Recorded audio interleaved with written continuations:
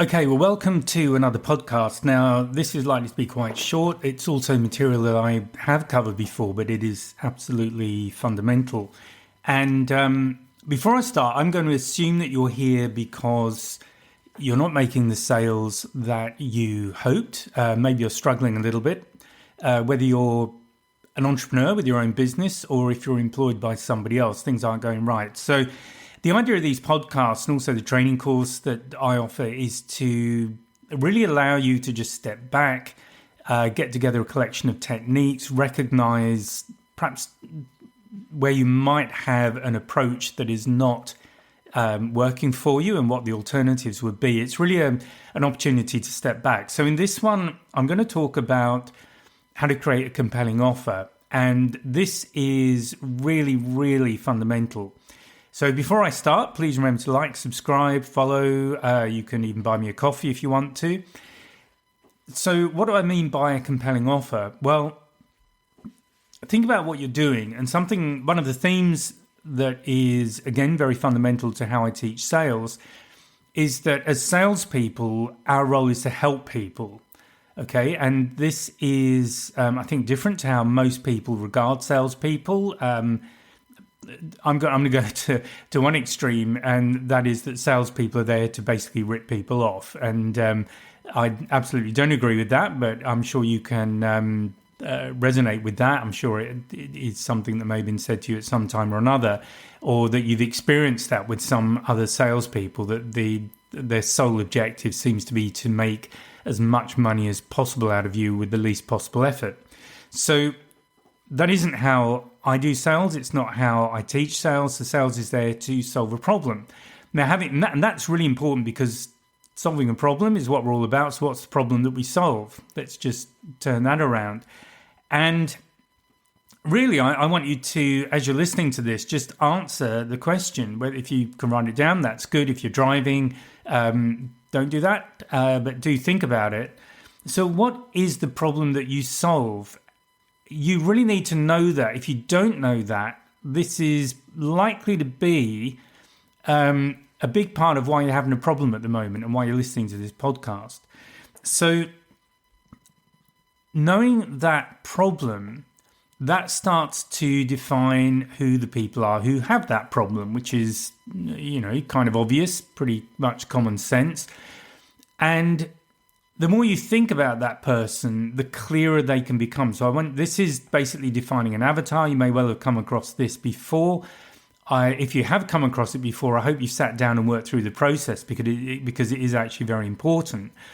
So who are the people that you are selling to? Who are the people who will buy your solution, your product, whatever it is that you're offering? How old are they? What do they do? Are they married? Are they in a relationship? How do they spend their free time? What are the relevant questions for whatever it is that you are offering? So if you are selling cars, for example, then what kind of cars? Are you selling the sort of daily drive? Are you selling something that maybe is a bit more specialized? Maybe it's an off-road four-wheel drive, for example. So whatever it is that you're selling, let's look at that as the solution to a problem that your buyer has. And that's the reason, and let's look at it as the only reason that they are coming to talk to you. So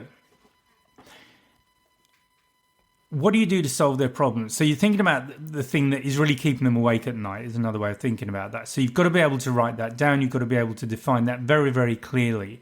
You've got to be able to define it in terms that a 13, a 14-year-old would understand.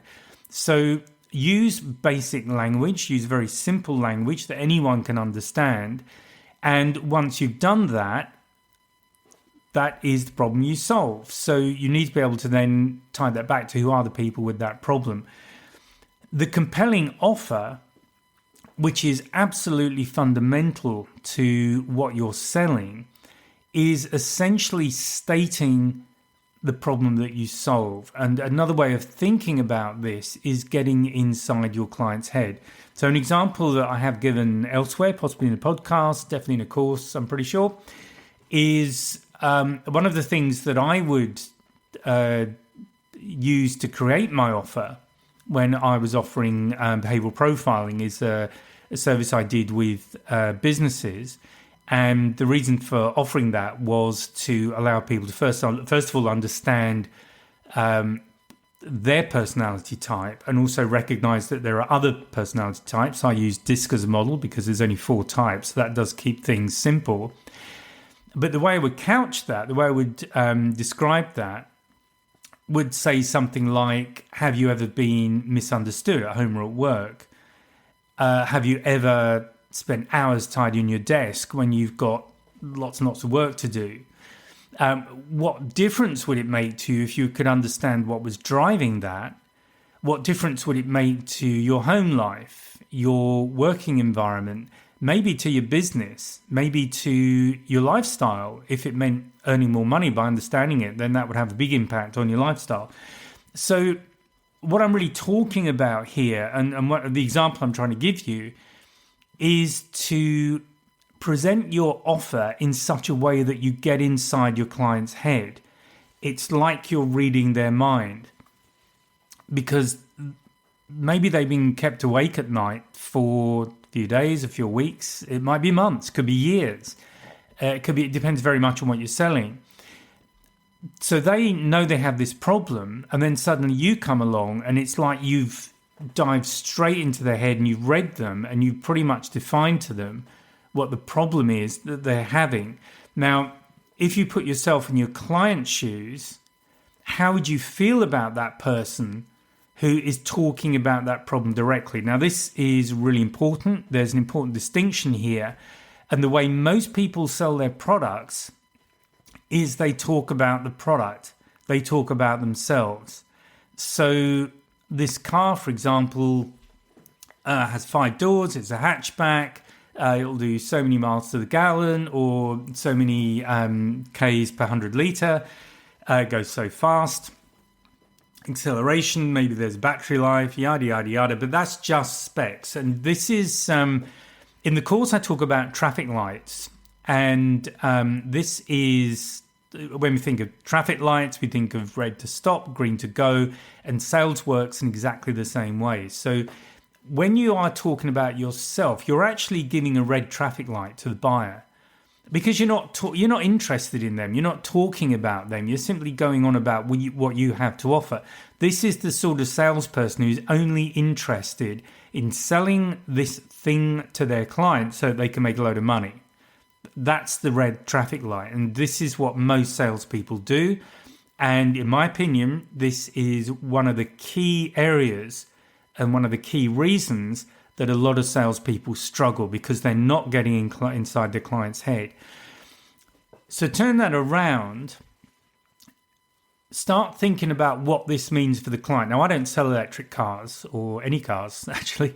So I'm probably going to mess this up. But if you do sell, and the important point about this example is to try and apply this to whatever you do. So rather than talk about the distance it will go, or how fast it will go, or how many people it will carry, start talking about it's got the range where you only have to fill up once a week, and then you can go do your weekly shop, drop the kid off to school, even go and see friends, relatives, without having to worry about running out of fuel, running out of charge, whatever it might be. But the important differentiation here is to start talking about the kind of things they will do every day. Now, if you are selling these cars, I'm assuming that you would have a much better grasp on what they're doing every day than I do. And if you're not sure where to get those items, if you like, you're going to talk about, think about where you get objections, or what are the questions people ask you when they come in to look at this car, or they come in to look at whatever it is you're selling.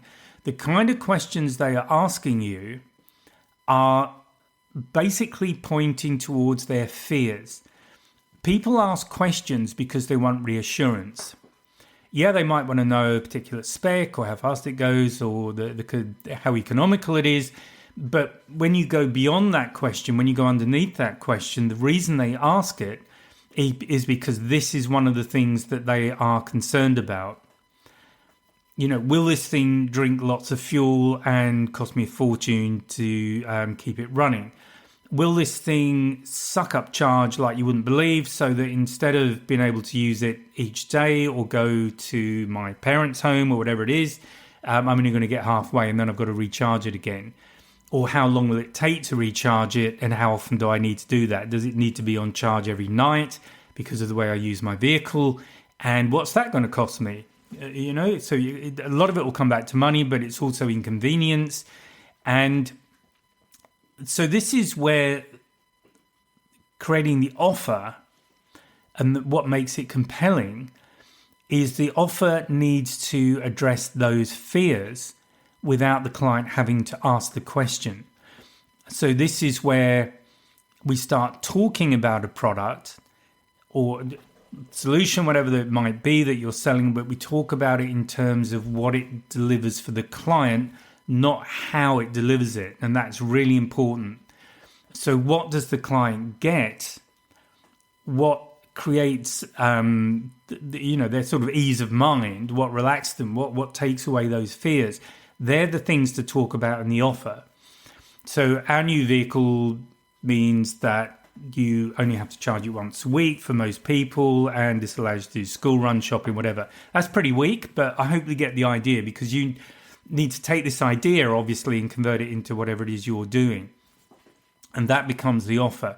So why is that relevant to you as a salesperson? Isn't something that the marketing people do? Well, yes, if they're doing the job right, it will be, because you'll get more and more people drawn to you. But even when you're talking to people, and this is something I pulled salespeople up on when I've been a sales manager, a lot of people, when they start to present, so remember, I'm primarily concerned with face-to-face sales here. So at some point, you've got to present your product. What I've seen so many people do is they'll get out their data sheet or their brochure or whatever it is, and they'll talk through it. And the client, if they're lucky, might get a word in. But this is the absolute wrong way to do it. You want to be having a conversation with your client. And that conversation is about what they want to use the thing for, what's their experience of it. Are there any particular things they're looking for it to do for them? All this kind of stuff. The more you have that conversation, first of all, you get a much clearer picture of what it is they want, what's important to them. You understand what their fears are, and these fears are the things that are likely to stop them buying. So this is where objections are born. So you can start to eliminate the chances of those happening. And you'll also be clear on just how good a solution you're able to provide to them. And this is really important, because it may well be that there's a particular model, I'm going back to my car analogy again, but there's a particular model they're asking about. And as you talk to them, you realize that they've actually misunderstood it in some way, or that that this is not going to deliver what they need. And so it gives you the opportunity to offer something else. Now, you may have something that you can offer yourself, which is great, because then you simply start talking through that as something that you might sell to them, or that they might buy. The tricky bit comes when, there isn't something, you've got one solution, and the more you talk to them, you realize this is not going to end well if they go down and buy this. And my honest recommendation to you is to be totally upfront with them and say, look, I believe I've understood what you're trying to achieve here.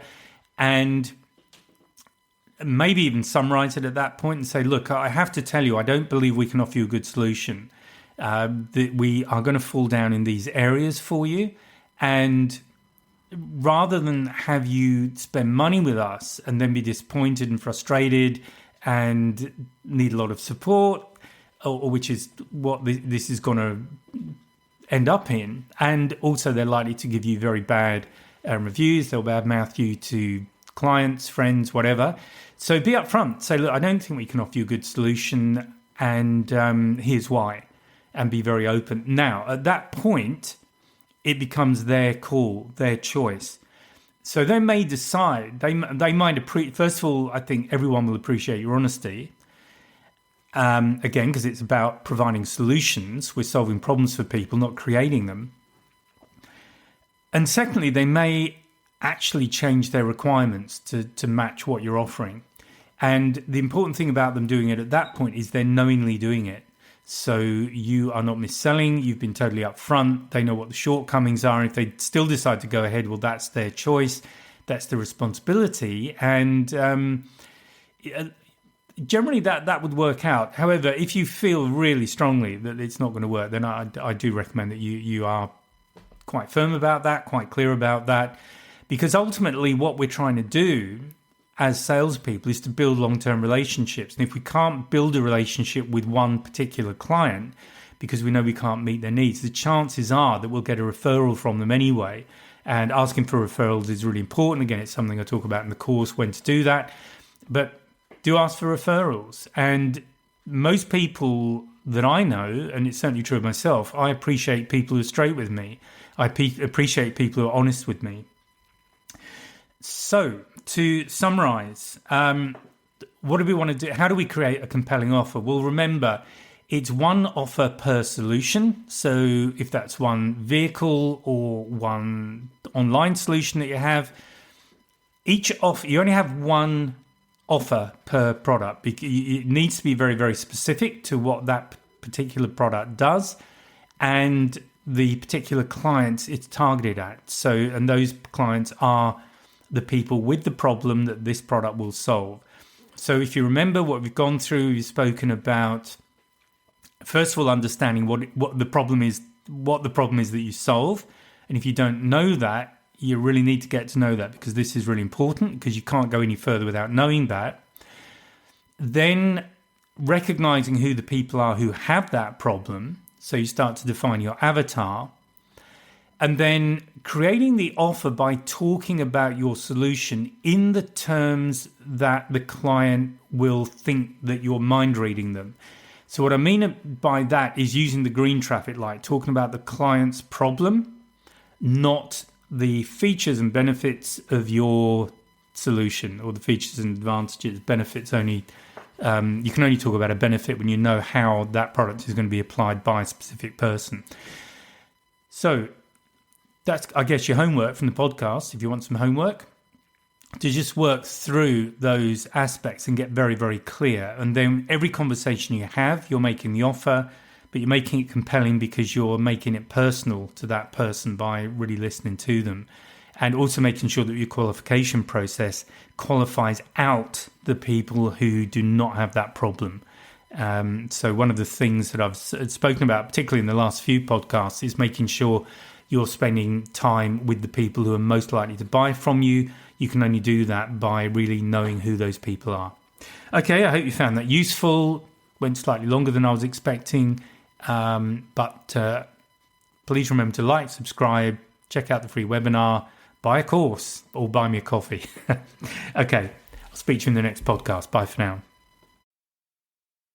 If you found this podcast useful and hopefully it's got you thinking, please sign up to my mailing list. There's a link in the description where you can just sign up, and I'll keep you informed of what's going on.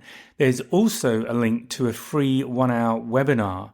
It's an on-demand webinar, and I'll take you through 3 things you can do right now to improve your sales confidence, and that includes handling objections and closing the sale. So please check out the links and please join the mailing list, and I'll speak to you next time.